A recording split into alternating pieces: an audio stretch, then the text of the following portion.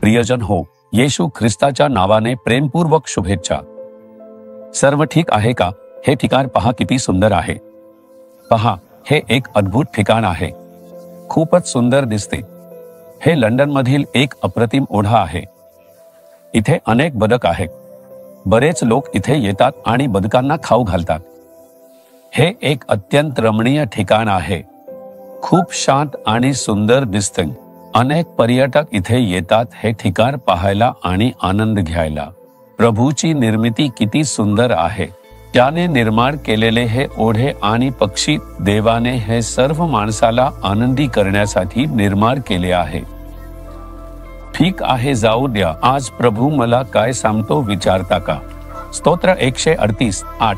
तुम्ही विचारलंत की वचन काय सांगतं, तर देवाचा माणूस दावीद म्हणतो, परमेश्वर माझ्याविषयी सर्व काही सिद्धीस नेईल। हा वचन तुम्ही कबूल करायचा आहे। विश्वासाने म्हणा, प्रभू माझ्याशी संबंधित गोष्टी पूर्ण करे। प्रभू तुझ्यासाठी सर्व गोष्टी परिपूर्ण करी। काहीच घडत नाहीये। हा खटला संपतच नाही। ही समस्या संपतच नाही। मला माहित नाही माझ्यासाठी कोण जाऊन बोलेल। या प्रकरणात मला कोण मदत करणार? माझ्या वतीने बोलायला कोणीच नाही। तुमच्या मनात दुःख आणि ओझं असू शकतं। काही जण विचारतात, पती असते त्यांनी सगळं सांभाळलं असतं। आता माझे पती गेले, माझ्यासाठी कोणी नाही। काही लोक म्हणतात, माझे वडील असते तर त्यांनी माझी फी भरली आणि सगळं केलं। आता माझे वडील गेले, मी काय करू? त्यांना त्रास होतो म्हणून ते विचारतात, माझ्यासाठी कोण आहे? हे माझ्यासाठी कोण करणार? माझ्यासाठी कोण बोलणार? मला कोण मदत करणार? तुम्ही अशा प्रश्नासोबत जगता आहात का? प्रभू आज तुमच्याशी बोलत आहे। माझा मुला, मी तुझ्यासाठी नाही का? तुझ्याशी संबंधित सर्व गोष्टी मी पूर्ण करीन। मी तुझ्यासाठी काय करू? सांग, मी ते करीन। प्रभू असंच म्हणतात। आज येशू ख्रिस्ताचे हेच वचन तुझ्यासाठी आहे। हो माझ्या प्रियजनांनो, एकदा मी एका विधवेची भेट घेतली। ती म्हणाली, माझी मुले लहान असताना माझ्या पतीचं अचानक निधन झालं। माझ्या घराबाहेरचं मला काही माहिती नाही। मी घरी स्वयंपाक करायचे, पती मुलांची काळजी घ्यायचे। मला बाग किंवा शेड्सबद्दल काहीच माहिती नाही। माझा पती सगळं पाहायचा। त्याच्या मृत्यूने मी हादरले। आता मी काय करणार? हे सगळं मी कसं सांभाळणार? माझी मुलं मी कशी वाढवणार? माझ्यासाठी कोण आहे? मला कुणाशी बोलायचं कसं माहित नव्हतं। मला काय बोलायचं कळत नव्हतं। मी खूप त्रासले होते। अनेक प्रश्न घेऊन तिने स्वतःला घरात बंद केलं। ती कधीच बाहेर गेली नाही। ती सतत रडत राहिली, मी कसं जगणार? माझी मुलं मी कशी वाढवणार? ती खूप त्रासली होती। एक दिवस येशू तिच्या भेटीला आले।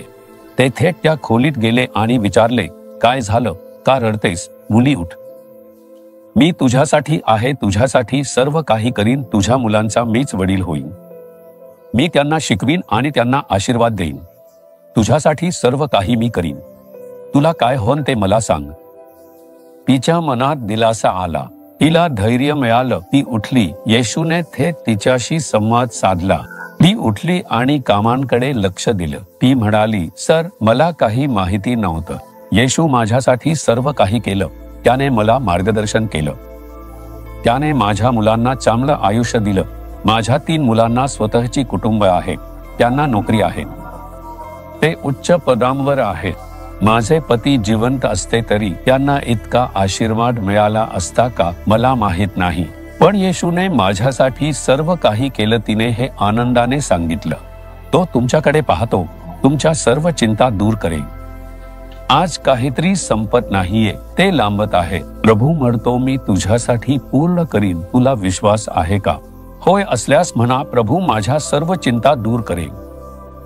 तोंड उघडा आणि आता पूर्ण विश्वासाने म्हणा, प्रभू माझ्या सर्व चिंता दूर करेल। येशूच्या नावाने आमेन, आमेन।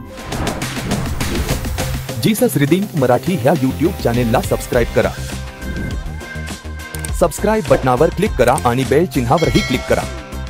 दररोजच्या नवीन कार्यक्रमांची माहिती मिळवा।